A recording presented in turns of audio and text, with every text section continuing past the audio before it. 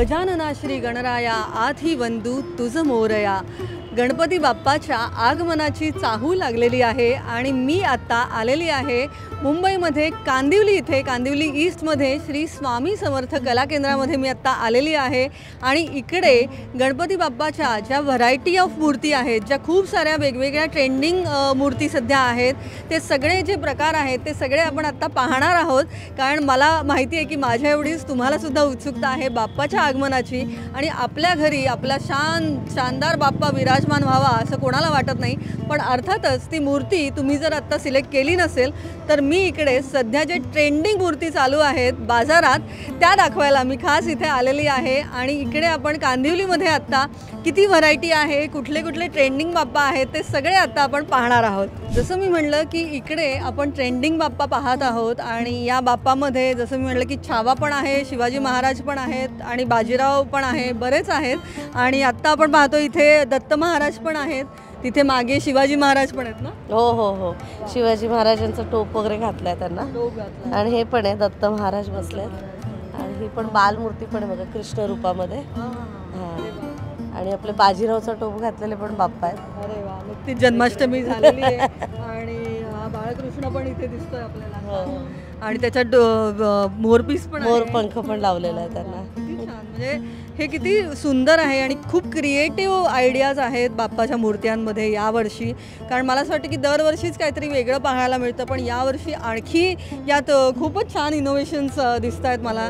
की कृष्णाचं छत्तेत मोरपीस पण लावलेलं आहे आणि ती अर्थात बालमूर्ती इतकी सुरेख आहे आणि डोळे एस्पेशली सगळ्याच मूर्त्यांचे तुमच्या फार सुंदर आहेत। त्यांचे डोळेच असतात, तर डोळ्यांवरती सगळा भाव असतो, त्यांचं रूप वगैरे जे असतं ते त्या डोळ्यातूनच येतं ॲक्च्युली। आपण असं बोलतो की हे कृष्ण हे, पण त्याचे जे डोळे आहेत ना त्याच्यावरती सगळं काही। आणि बरेच जण असं, म्हणजे आमच्या इथे पण असं आहे बऱ्याच ठिकाणी की जर डोळे आवडले तर मग बाप्पा ते घेऊन जायचं, असं एक असतं। पहिले तर म्हणजे कस्टमर जे येतात आणि ते पहिलं बघतात की त्यांचे डोळे बघतात, त्याच्यानंतर मग मूर्तीवरती लक्ष जातं। मूर्तीमध्ये तो डोळ्यात तो जिवंत आहे, नक्कीच आहे। आमचे जे पेंटर आहेत कलाकार ते म्हणजे सुंदर, अगदी त्याची आखणी वगैरे अगदी सुंदर। नाही, तुमचे कलाकार पण खूप चांगले आहेत, त्यांनी एवढं छान सगळं केलेलं आहे शिल्पकारांनी। आणि जे आत्ता आपण जे ट्रेंडिंग बोलतोय आत्ता, आणि हा लाल गणपती तर दरवर्षी असतोच। हो हो हो, म्हणजे एक अँटिक पीस सारखं जरा।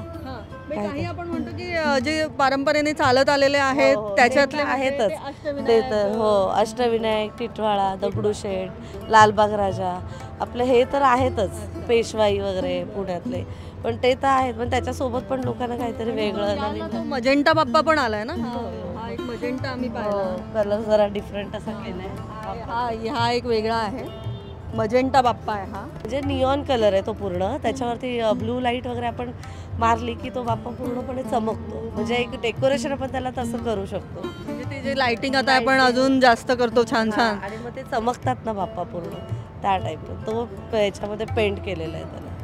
म्हणजे मला असं वाटतं की जितक्या या मूर्त्या तर वैविध्यपूर्ण आहेतच, पण याच्यात कुठेतरी त्या लायटिंगचा आणि डेकोरेशनचा पण एवढा बारकाईने विचार केला आहे की त्या ब्ल्यू लाईट्स पडल्यानंतर आपला बाप्पा आणखी कसा जास्त चमकेल, याही मागे याचाही विचार केलेला आहे। तर मला असं वाटतं की आता सगळे टेक्नोसॅव्ही जास्त झालेले आहेत, त्यामुळे टेक्नॉलॉजीचा विचार पण सध्या जोरात आहे आणि अर्थात AIचं युग आहे सध्या, त्यामुळे चांगल्या आयडियाज आहेत नवीन नवीन। आणि हा जो बाप्पा आहे आपण पाहिला, हा बाजीराव बाप्पा, हाही मला खूप आवडला। मी पुण्याची असल्यामुळे जरा मला विशेष आवडला आहे। या बाजीराव बाप्पा दरवर्षी असतो का, यावर्षी आला? नाही रे, म्हणजे गेल्या वर्षीपासून यायला लागलेत बाजीराव, म्हणजे त्यांना टोप आम्ही दिलाय, बाजीरावचं टोप असं केलेलं आहे बाप्पांवरती। आणि त्याचं आसन पण छान आहे। हो, अगदी बसलेत बाजीराव सारखे। आपण पाहू शकतो हा बाजीराव बाप्पा आहे, त्याच्या आसनावर ते छान विराजमान झालेले आहेत। तो मेन म्हणजे ती टोप आहे तो फार विशेष आहे। आणि अलंकार अर्थात बाजीराव आहे म्हटल्यावर तो श्रीमंत बाजीराव पेशवे, त्यामुळे तो श्रीमंत बाप्पाही दिसतोय तितकाच। तुमचे आम्ही तो सजवलाय, त्यांचा टोप जो आहे तो पूर्ण डायमंडने वगैरे डायमंडनी सजवलेली आहे, त्यामुळे बाजीराव बाप्पा सुद्धा जोरदार आहे, खूपच छान आहे, सुंदर आहे। आणि इथे आपण पाहू शकतो वेगवेगळे मुकुट सध्या खूप जास्त फेमस झालेले आहेत वेगवेगळे। त्यामुळे वेगवेगळे मुकुट पण तिथे तितकेच व्हरायटी दिसते ताई. म्हणजे याही वर्षी म्हणजे नेहमीच असतं पण तुमच्याकडे मी तुमच्या शॉपमध्ये इथे मुकुट्स पण खूप छान व्हरायटी दिसते. म्हणजे आता हे मातीमध्येच हा फेटा आहे, म्हणजे हा कपड्याचा नाही आहे, मातीमध्येच हा फेटा आहे, त्याला सजवलं गेलं. परत हा सगळ्या मातीच्या हो सगळ्या मातीच्या, सगळ्या इको फ्रेंडली मूर्त्या आहेत. सगळे आपले इको फ्रेंडली बाप्पा आहेत, त्यामुळे छान आहे. इको फ्रेंडली बाप्पा हे फार महत्त्वाचं आहे सध्या. आणि पूरक अगदी त्यामुळे आपण कुठेतरी पर्यावरणाशी मैत्री करूनच यंदाचं गणेशोत्सव सेलिब्रेट करणार आहोत. ही कुठली मूर्ती आहे? ही आपली कृष्ण मूर्ती आहे. हा हो, इथे बासुरी वगैरे. हो, बासरी पण असेल त्याच्या हातात. वा, आणि चंद्रकोर पण आहे काढली. हो. आणि हा फारच गोंडस बाप्पा आहे. हा कोण आहे? ही बाल मूर्ती आहे, अगदी मोदक पकडून बसलेले बाप्पा आहेत.